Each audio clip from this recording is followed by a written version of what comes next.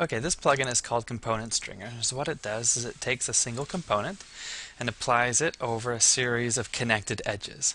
The edges have to be connected and they cannot form a closed loop. So to run the plugin, you select your component and you select all the edges. Go to Plugins and it's under Chris Fulmer Tools, Component Stringer. And it shows you where the start and end of the edges is. And it asks if you want to reverse the edges. I think this is okay, so we'll say no. Then the scaling, it asks do we want uniform scaling or stretch scaling. We'll just go with uniform on this one. Click OK, and there we go. It applies that component all over all of those edges, and it went ahead and scaled them all according to the length of the edge underneath. Whoa, come on.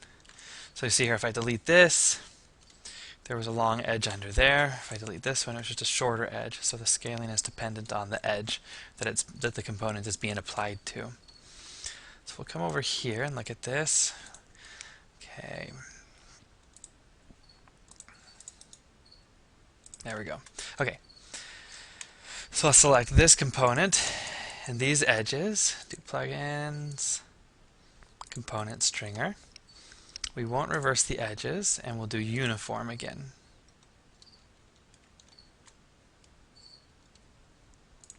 Okay, now we'll do the same thing here. We'll select the component, the edges.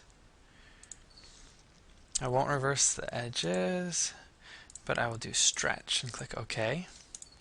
So you can see this one scaled the entire component uniformly larger to be the right size, to be the same size as the edge, whereas this one just stretched the component to be the correct size of the edge. So there we have it. So we'll try that up here also with these. Okay, and component stringer. No, and uniform. There we go. So we get this nice series of these balls put on this edge. Do it again here, and then now with this one, instead of uniform, we'll do stretch and click OK. You can see what that does. It stretches, elongates these longer edges and squeezes it together for these smaller ones. Alright, so that is Component Stringer. I hope it's useful. Thanks.